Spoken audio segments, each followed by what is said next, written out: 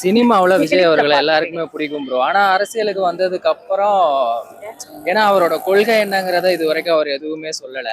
எதுக்கு எடுத்தாலும் சும்மா ஸ்டாலின் ஸ்டாலின் தான் சொல்றாரு. ஊழலை ஒழிக்கணுங்கிறாரு. ஸ்டாலின் திமுக பத்தி பேசுறாரு தவிர அவர் அடுத்து என்ன பண்ண போறாரு அப்படிங்கறது எதுவுமே சொல்லல. ஏன்னா அந்த மாதிரி பேசினாதான் மக்களுக்கு ஒரு நம்பிக்கை வரும். சரி, அரசியல்ல சினிமாவுல அவர் எல்லாருக்குமே பிடிக்கும். அரசியலுக்கு வந்துட்டு அவர் என்ன பண்ண போறாரு, சரி ஓகே இதெல்லாம் மாத்த போறாரு, இதனால நமக்கு ஏதாவது யூஸ்ஃபுல்லா இருக்கும் அப்படிங்கிறது தெரியும்.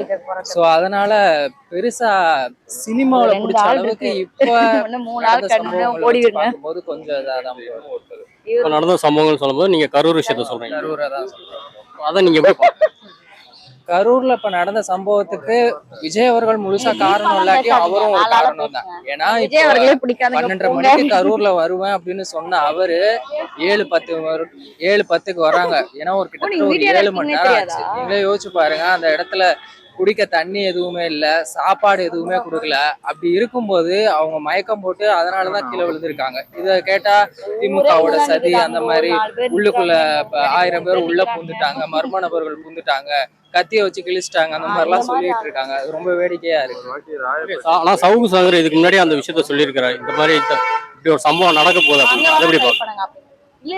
மேபி அவங்க அந்த மாதிரி ஒரு குறுகலான இடத்த கொடுத்தா அது மூலமா ஏதாவது ஒரு அசம்பாவிதம் நடக்கும் அப்படிங்கறத அவங்க வந்து பிளான் பண்ணிருக்காங்க. பட் ஆனா இது சதி அப்படிங்கிறது இல்ல. ஏன்னா இப்ப ஹைகோர்ட்லயும் பாத்துட்டீங்கன்னா எல்லாமே செக் பண்ணி வீடியோ லைவ் எல்லாத்தையுமே பார்த்துட்டு இது வந்து தற்செயலா நடந்த ஒரு விபத்து தான் அப்படின்னு சொல்லிதான் சொல்லியிருக்காங்க. விஜயோட அரசியல் நாலேஜ் எப்படி பாக்குறீங்க? அரசியல் நாலேஜ் எனக்கு பொறுத்த வரைக்கும் இல்லைன்னு தான் போய் சொல்லணும். ஏன்னா இப்போ நீங்க நாமக்கல்ல நடந்த பிரச்சாரத்துல கூட பாத்துருப்பீங்க, மோகனூர் அப்படிங்கிறதுக்கு கூட மேகனூர் அப்படின்னு தான் சொன்னாங்க. நிறைய வார்த்தைகள் அவங்க பேசும்போது பாத்தீங்கன்னா ரொம்ப தடுமாறி தான் பேசினாங்க. அதை நீங்களே பார்த்துருந்துருப்பீங்க. ஸோ ஏதோ எழுதி கொடுத்து பேசுற மாதிரி இருக்கு. இப்ப கூட ரீசெண்டா அவங்க வீடியோ ஒண்ணு விஜய் அவர்கள் வெளியிட்டு இருந்தாங்க. அதுல கூட ஏதோ அந்த கரூர்ல நடந்த சம்பவம் 41 பேர் இறந்து போயிருக்காங்க, அதுக்காக வருத்தப்பட்டு பேசின மாதிரி இல்ல. முடிஞ்சா எண்ணத்தோடு அவங்கள விடு அந்த மாதிரி ஏதோ சினிமா டைலாக் எல்லாம் பேசுற தாண்டி தானே வருவீங்க. இந்த சினிமா மோகத்தை எப்படி பாக்குறீங்க? விஜய் பின்னாடி இருக்கிற ரசிகர் கூட்டத்தை எப்படி பாக்குறீங்க? தற்குறிகள் தான் எல்லாருமே சொல்ற மாதிரி தான் ப்ரோ அவங்களுமே பண்றாங்க.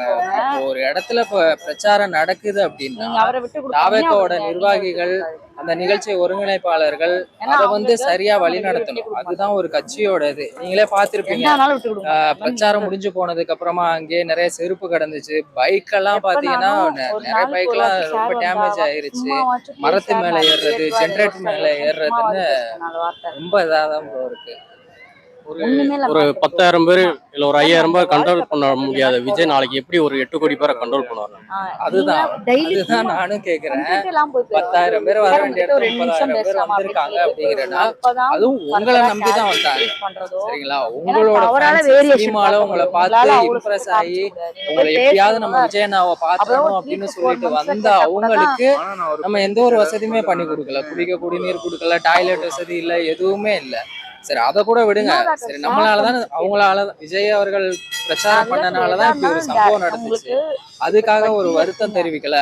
சரி, அவராலதான் போக முடியாது, அவர் வந்தா பிரஸ் மீட் வரும், அங்க ஒரு கூட்டம் வந்து இன்னொரு சம்பவம் நடந்துரும் அப்படிலாம் சொல்றாங்க. அவரோட தாவேகா நிர்வாகிகளோ இல்ல பொதுச் செயலாளர், துணை செயலாளர், ஏன் அந்த மேற்கு மாவட்ட செயலாளர் கரூர்ல இருக்கவங்களே போயிட்டு கூட மக்களுக்கு ஏதாவது ஹெல்ப் பண்ணிருக்கலாமே. எல்லாரும் போனை சுவிட்ச் ஆஃப் பண்ணிட்டு எனக்கு என்னன்ட்டு போய் ஓடி ஒளிஞ்சிட்டாங்க. சோ அப்படி இருக்கும்போது மக்களோட அந்த நம்பிக்கைங்கிறது சுத்தமா